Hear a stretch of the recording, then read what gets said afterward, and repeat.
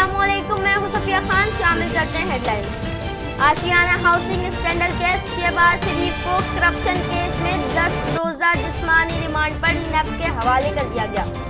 नेब प्रोसिक्यूटर ने दलाइल दिए, कहा शहबाज शरीफ ने इख्तियारात से तजाविज किया।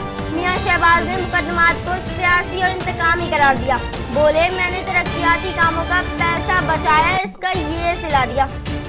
शहबाज शरीफ की गिरफ्तारी पर राना सनाउल्लाह भी बोल पड़े, कहा शहबाज शरीफ की गिरफ्तारी जमहूरियत की तस्दील है, भरपूर एहतजाज करेंगे। खुर्रम दस्तगीर बोले, ये जबरी गिरफ्तारी है जो ज्यादा देर नहीं चल सकती। मियां शहबाज की गिरफ्तारी किसी दबाव से कम नहीं।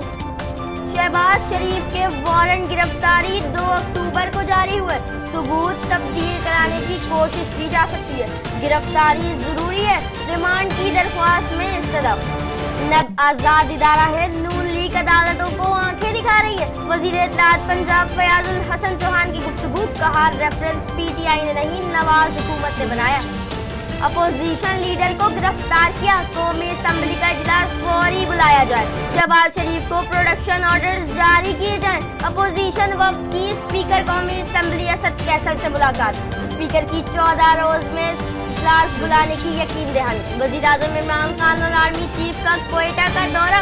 वज़ीर-ए-आज़म को सूबे की सिक्योरिटी सूरत हाल और चैलेंजेस पर ब्रीफिंग। वज़ीर-ए-आज़म का सीपैक और सूबे में अमन और इस्तेहकाम पर इजहार इत्मीनान। खारजा पॉलिसी में मुल्की मफाद सबसे मुकद्दम है।